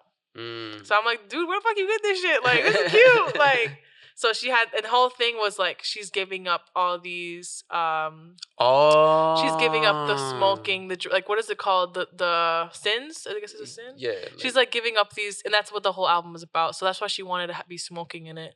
But yeah, and I had to help like pose her a lot. So like for the other girls, the bad bitch army, like, I didn't have to say shit to them. That's just, every time I see that photo, I'm just like bad bitch army. Like, they knew what they do, the modeling for a living, so I didn't have to tell them shit. This girl, like, I had to like kind of walk her through it, and even like like the other girl, the track girl, she doesn't really model like that. So but she does track, so all she had to do is her track stance. You know, there's certain people who you work with, you're gonna have to like hold their hand through it a little bit more. And there's some people who like are pros at it. Right. Well, you become a director, sort of, right? And like, yeah. It looks, even though it looks like it was fabricated a bit, but like it for sure was. The fact that it was, man, it looks nice. It looks dope. It looks super dope. I should have brought a before and after photo. Oh. Because it's not that far off from the original. The only thing I touched up was like I made it square, so I had to like generate the outsides to make the image square. Right. And then I like retouched her skin. How do you deal with, like, you see how some of the colors of the leaves are different from the other ones? When you're doing the coloring, is that hard to deal with? I like it. I like leaving it like that. Yeah. I wouldn't change it unless it was like something that looked weird. No, I'm not saying there's something wrong with it. I'm just saying, like, with one time I was doing a video, I shot a video, and it was a lot of grass and stuff, and I just used a filter, right? Right. And like, I'm like, oh man, but it looks good here, but it doesn't look good over here. And I was like, fuck it. You could change the hue too, like especially with grass, because I just did a cover. I don't think I sent it to you. But there was a cover art I did of the guy laying in the grass. Oh, And you I did think send I some. did. I Go saw. Nick. Is there another one? I don't know if I loaded it. See, yeah. I know I thought I sent it to you. Yeah, it is. It is. It is. Let me see. I know I saw it on the. Wait. But that's also for the same artist who I did for the barn doors. That's the same artist. That's her cover. See that one right there. Oh, this one. Oop, awkward. But like anything like grass, because a lot of times the grass be dead. Yeah. And all you gotta do is go to the hues of so like I'll go to yellow and I'll change the hue of yellow to green. So yeah. So in this one it was like midsummer, and like the grass was dry as fuck, and a lot of it was yellow. So I just you had changed, to kind of like color it in. Not even color it in. I just grabbed the yellow the toolbar, and like I dragged it to the green, and then even the things that like the hoodie that's yellow, I like made sure I selected that, and like I didn't conclude that in the color shift. So that's what I'm saying. Yeah. That's even in the dog it was actually there. The dog for real pulled up, and we're like, this guy was walking his dog. He's like, "You want the dog to be in the photo?" I'm like, "Actually, yes. Can he?" So he took him off his leash, and he was like biting him and shit. Like it was kind of cute. That's dope. Yeah. So and all the things were there. Like all the clothes was there. I had the camera on like a C-stand up above, and I was controlling the camera from my iPad. Whoa. So it was fun. Is it awkward when you do stuff like that in public? Yeah, I mean, for some people, yeah, but like, I've done this for so many years now. Everyone's like, "Are you with the news?" I'm like, "Yeah, bitch, just ABC." But it's just people just be nosy, and like, honestly, it's flattering when they come over. They're like, "Oh my god, like, can I get your card?" Like, people be coming over. Like, the shit with the girl on the tree. As we were getting that shot, this guy was walking through the path. He's like, "So who's a photographer here? Cause I gotta get your information." Oh, yeah, really? like bro was on that. Like people just, I think it's that almost helps. Like advertisement a bit. Exactly. People tend to like gravitate like, what's going on over there? They want to find out, and then now I have a new client. You know, that's dope. I mean, like I said, it takes a keen eye to be able to bring about colors and stuff like that to the regular person like me. I just don't even want to deal with it. I don't even want to deal with my taxes, but there's people who specialize in that, and they love it. You know, everybody has their thing. I'll go to the I'll take a picture or something, even for like thumbnails. I just do a quick the saturation or something type shit. Yeah, I mean, there's guys who literally like their career is to make thumbnails. They like make thumbnails for like Mr. Beast and like because they have to be like, you have to like have like a crazy looking thumbnail for people to want to click it. You know, which is crazy, right? Yeah. Like, what if it is a good episode? But you just put that thumbnail. Same thing with the album covers. What if the music's trash, but that photo was gas? That photo was fire. That's what I'm saying, right? And that's really what you're sort of buying, right? Yeah. As someone comes to you, they're coming to you for your mastery, for what you right. And it's noticeable. Like with K Sounds, like you go with her, you get your song mixed by her. Like because of her, like I was telling you earlier, like I was able to finish this one song, and next thing you know, I get to perform it, at some place but it was mainly her mixing that made the song pop up, even and her willingness to fit you in. That's what I'm saying. Like that's just going an extra mile to make it right for a client or customer, you know? Right. Like, and that's another thing, like the hospitality is what brings people back. Like I have returning clients who I work with like once a month. And like they work with me because they know I'm going to deliver on time. They know that my work is going to be quality, and they know I'm going to make sure it's what they want as well. I'm going to, people will reach out to me like, "Hey, I want to do this, and the third." And I'll be like, "Hey, like I actually don't do this type of work, but I can refer you to somebody else who can." Or I get on a call with them like, "Hey, what are you looking for?" And then I'll show you some stuff that I can do, because I want to make sure that you're getting work that you know you're going to like, and I'm not just taking your money because I want to. Like, I'm going to make sure I'm the right person for you.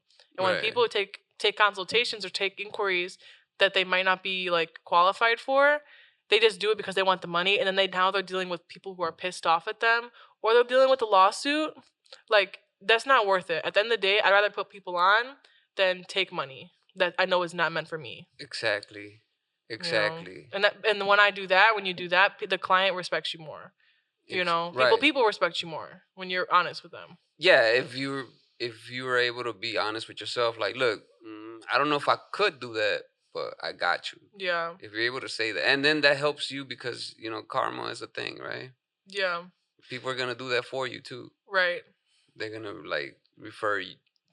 I probably have a few people that I might be able to give, like, hey, they're looking for this and that. Like, I have friends that they're trying to do photography and things like that, but they need someone to like, I don't know, give them something, or they need the actual art.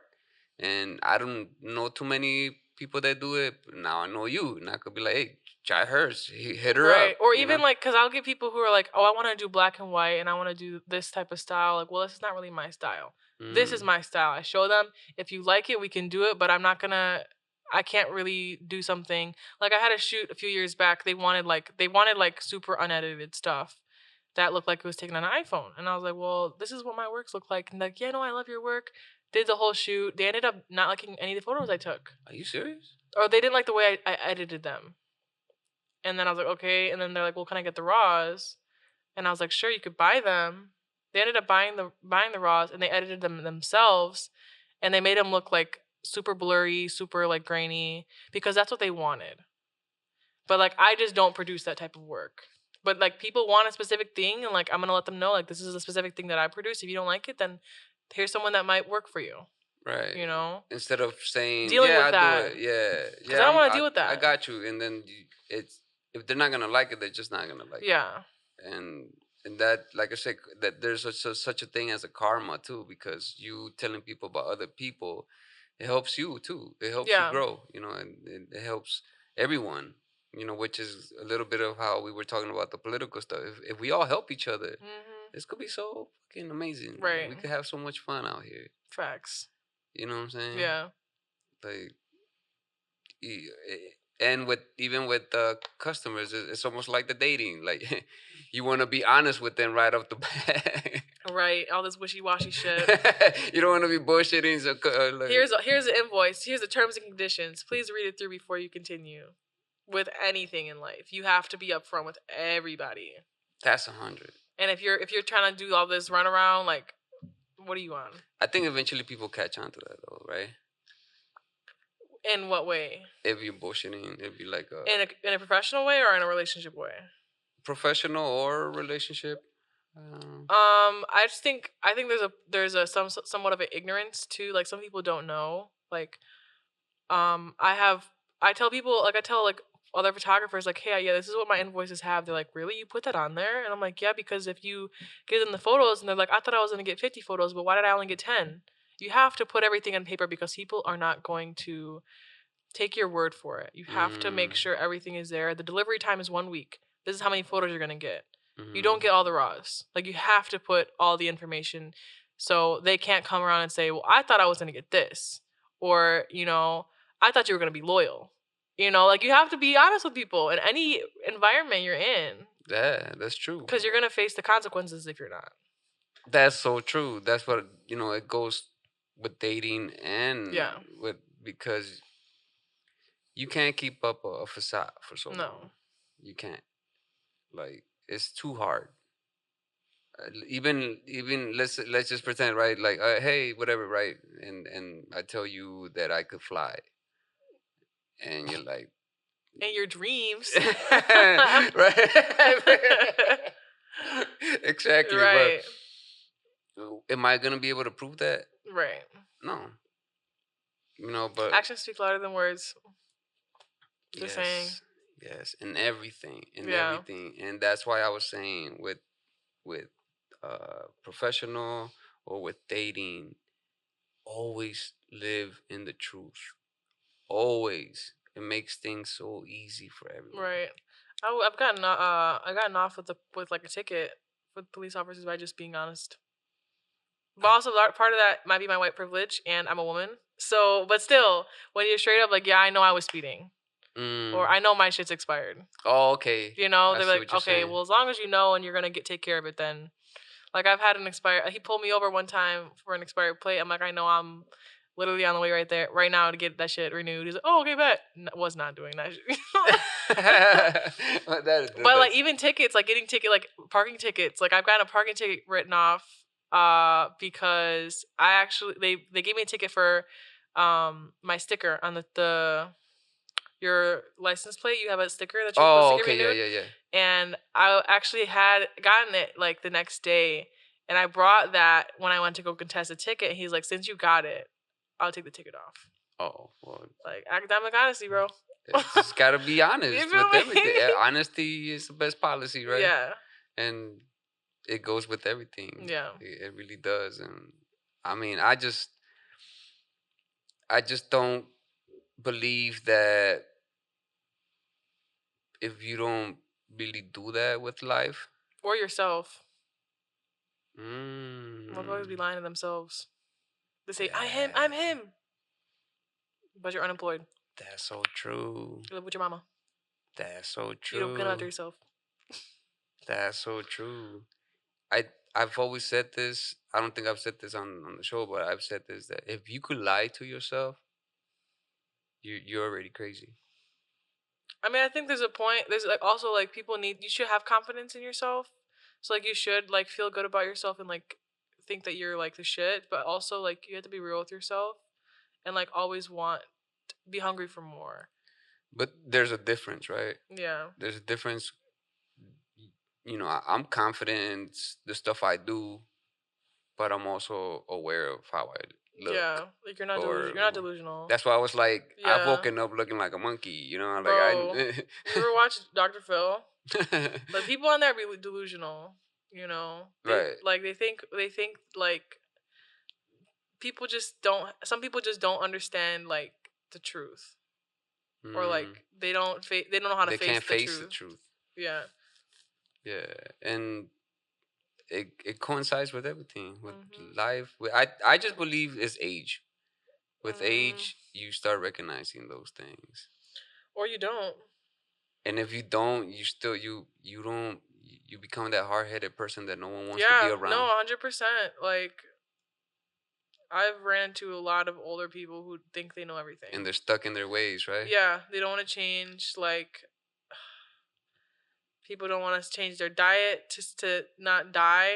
Like their doctor's telling them to change their diet or they're going to die, or they need to stop smoking, or they need to take a break. But people are so like, sometimes it's not that easy for people to change. With going back real quick with diet, do you like sugar? I'm not like a sugar fiend. Like I don't really eat a lot of sweets, to be honest. If I do, it's like here and there. But like I'm not a big like Sour Patch, like candy. Like I'm not a big candy person. But when you say sugar, like sugar's in everything. I just eliminated it from my diet. I mean, I'm sugar? I'm pretty like sure. Even fruit? Well, no, I'm natural sugar. I do take. It's that fake stuff that. Yeah, I mean sugar's in bread. Like sugar's in a lot of things. I try not to eat that much bread as well. Do vegans eat bread? As long as there's no like egg. Sometimes some vegans don't eat sugar because technically sugar is not vegan because it's processed with bone marrow. So, but if you buy like cane sugar, it's usually like raw cane sugar and it's not processed in that. But yeah. What's your best vegan meal that you've made? Well, I had a potluck last night. I made arroz con gandules, vegan. Oh, arroz con gandules. And then I made pierogies. You know what pierogies are?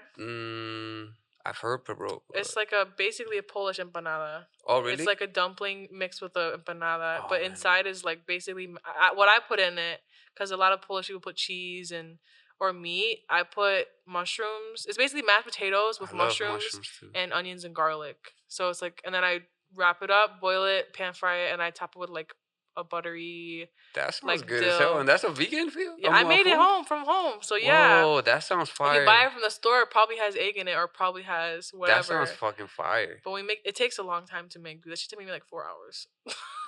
Whoa. Because you have to make the dough. You have to make the filling. You have to make the dumplings. Oh, you mean the process of doing the process of making it takes a long time. Oh, okay. Arroz con gandules is like takes maybe an hour. Yeah. You just throw it all in the pot, you know. Yeah, man. If I were to land somewhere and they're like, all you have is rice, avocados. Rice, you know how fucking hard rice is to harvest? I'm just saying though, like Oh. if I have some type of Right. like whatever, I will be able to just live with that. Yeah. Give me some avocados, cause I love avocado. Yeah, they're really good for you. Good, Mhm. good source of fat and protein. And yeah, and I've never really done vegan, but I didn't know like arroz con gandules is considered like a vegan thing. If you put meat in it, it's not vegan. But I mean, I would. That's good food. That's some good ass food. Yeah. I mean, I like jibaritos. Yeah, that's a plant. You just gotta put different things in it. There's a place in Pilsen called. They actually just burned down. Whoa. They're in the process of reopening and like fixing it up, but it was called the Jibarito Shop, and they had vegan jibaritos there. Jibaritos are fucking fire. I think sometimes they're kind of dry, to be honest. Depends on the place, but yeah. But they taste so good. I never knew about them. Have you ever had machuca? Machuca? Is that the little like fruit? It's basically what is mashed plantains? What do they call that? Like the Puerto Rican dish, mofongo. It's basically mofongo with the way that the Caribbeans eat it is with a fried fish on top.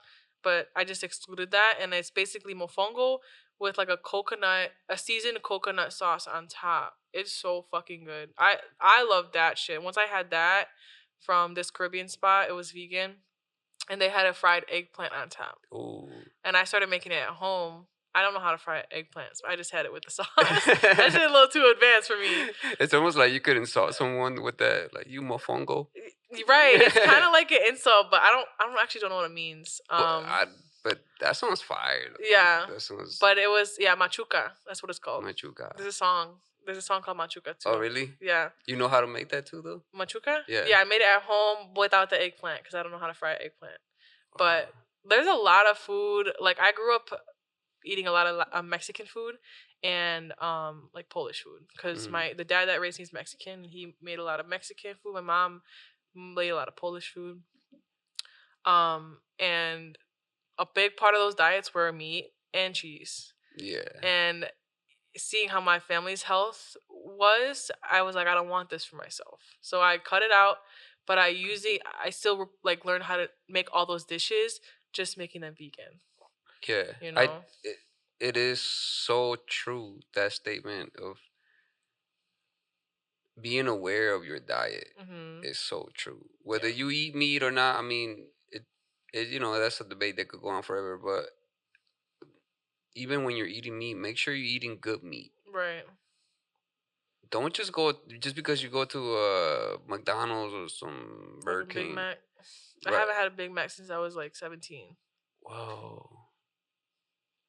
How long have you been a professional vegan? Not a professional.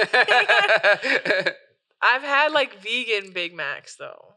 Oh, okay. Like I haven't had a McDonald's Big Mac since I was like 17. But there's vegan restaurants even in Chicago. Detroit is when they had a vegan restaurant that had a vegan Mac or whatever the fuck they called it.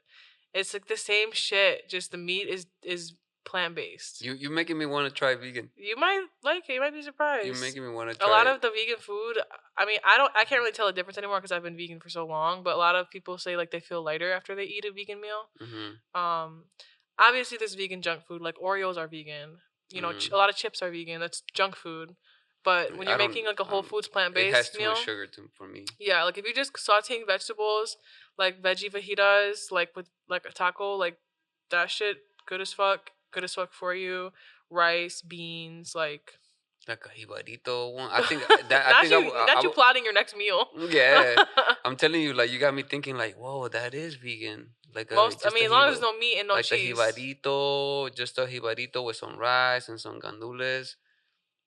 I would try that. It's pretty good, dude.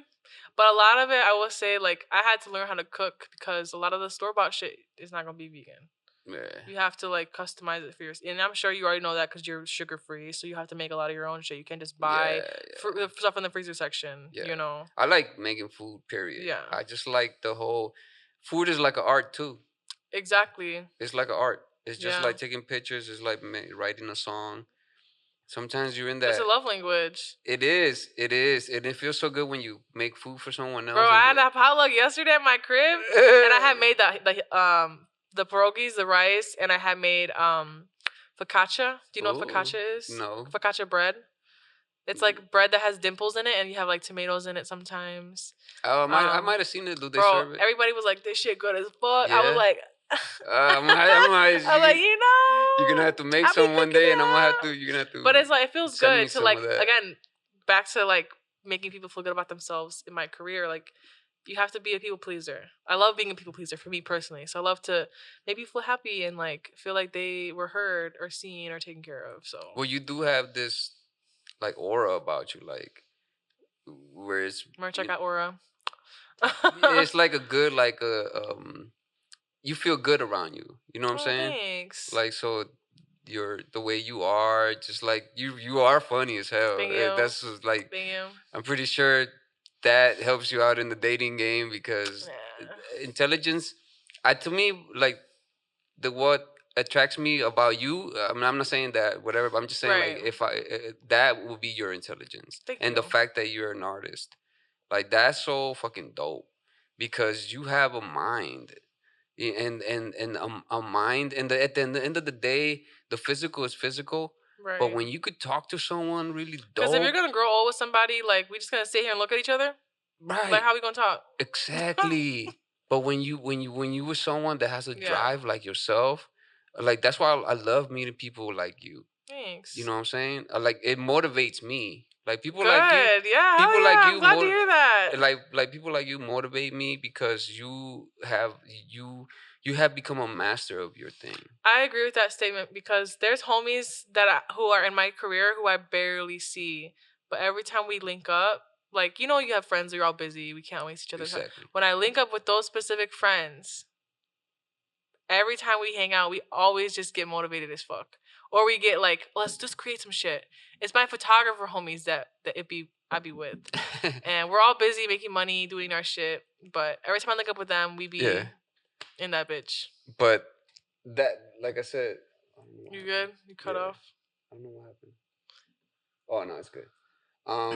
But meeting people like you, it's so motivational to me, and like I said, I wouldn't see you having a problem, like especially if a guy likes someone that's intelligent. I think my problem is like I think a lot of women don't have an issue getting men to like come to them. Okay. Because this women usually don't have an issue with that. Yeah, you probably got like 30,000. I think it's more so like finding the one that like can match your energy is like my biggest. And that's okay. So let me go real quick, personal, right? That's the mistake I used to make. I used to just look for the physical, right? But when I started like, I would get that girl or something that I'm like, oh shit, whatever. But then like we would be talking or something, and then the relationship would left because this and that and blah blah blah. And then I found out she wasn't like who she really was, or and I'm like, nah, intelligence is the main factor. Like people like you, like for real, like you have. I could tell the way when you start talking about your art and when you start talking about the pictures and this and that, you light up. Yeah, I do. and that sort of like seeps to whoever's receiving that, right? And on my end, I'm like, I get to see you smile, and I get to see you like, oh, okay, she really loves this. Yeah. And that's you should love what you do. Everyone should do that when they talk about their art, and I feel like most people do. They have something. Something is always gonna make people happy to talk about. And I think that's more attractive, in my opinion. Then motherfuckers just be talking shit about the next celebrity or whatever the tea is online. Right. I don't know what people be talking about. Who I don't even besides me, like, but yeah, no, I agree with that statement. I think I'm very passionate, and I think everyone should have something that they're passionate about besides their partner and their job. Yes. Like I play volleyball. I cook. Right. Like I do things that I'm not really like that I have fun with. Yeah, because if you can't immerse yourself all work and work and work, it's always good. Because then you'll burn out. Yeah. Yeah. How long have you been doing volleyball? Since high school. I played in college a little bit, and then I didn't play for a long time when I started freelancing. I was just locking in. And then the past 3 years I've been playing like rec, and then now this year I joined a club. We're still playing rec, but it's like I play like 3 times a week now, just to stay active and get better. I made some friends through it, so I felt like my whole adult life, I'm like, damn, like making friends as an adult is like kind of like I don't trust people. Like as a kid, it's easy to make friends because like, oh, we're in the same class, you know. Yeah. But as an adult, I'm like, people be having weird different motives, you know. But I made some new friends through the volleyball because it's just a healthy activity we're all doing together, and we're, you know, like I thought it was hard, and I'm like, it's not that hard as long as you're being healthy and genuine. Well, it's important to have a community other than what you're doing, right? But not everybody in your community is for you.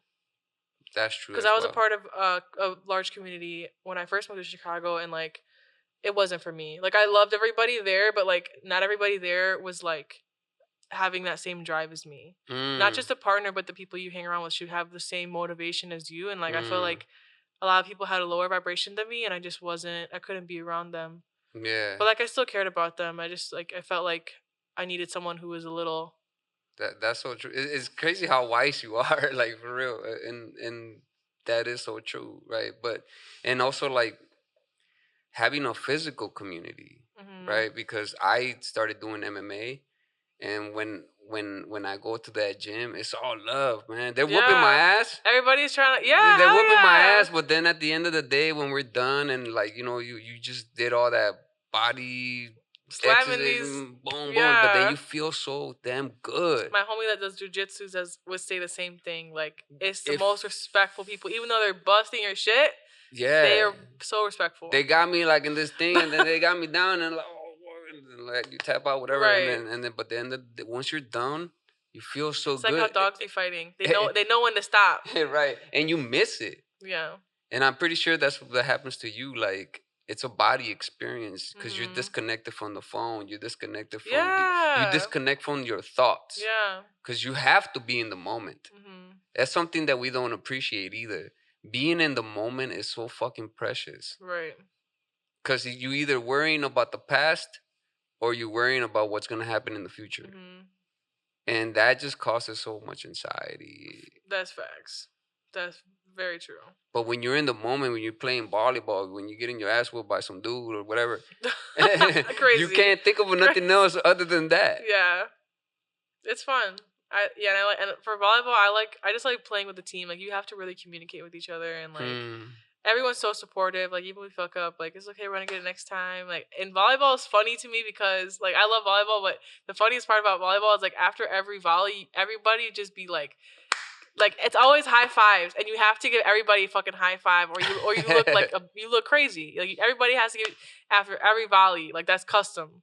And it's just funny because like everybody, like I seen a meme the other day, it was like volleyball players after every volley, and they be like hugging and kissing each other and shit. Like, but it's like the love and community that created. It builds a love. Yeah.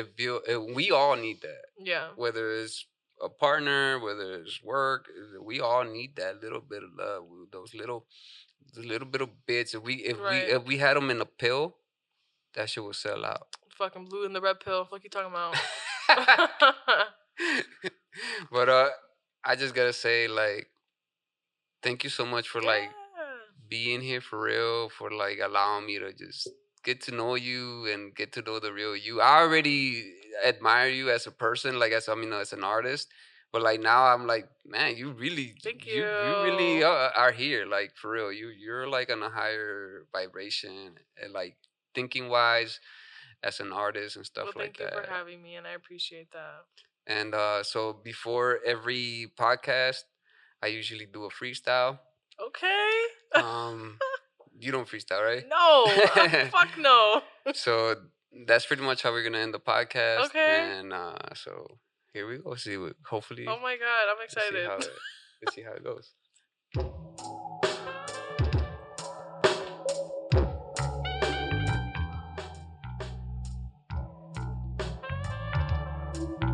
Yeah. Let me focus the lens on this picture. Funny how could you say so many things with one simple picture? Yeah, let me change the lighting, but something about you I find so striking. You got a lot in your mind, and I see that you got a lot on the line, but we all have to find that community, that love, that thing to express it all. Hey, we gotta connect, we gotta inject ourselves with this and protect our hearts from all the fakeness and all the lies. That's why she probably got 1,000 messages she don't reply. But anyway, thank you for being right here today. I really like that, the way you showed us. And I don't know, but the way you mold the picture and make us see a different thing. I don't know, but my mind can see how it be. And this is something that we all need. And that's the P.O.T. Period. Podcast on the line, and that's how it's gonna go. Big Trollo vibes. Okay. So thank you so much for being here. I really appreciate you. Any last words? Dude, no, that was fire. All right, well, thank you guys so much, and spread love, and most of all, love each other, y'all. Doses.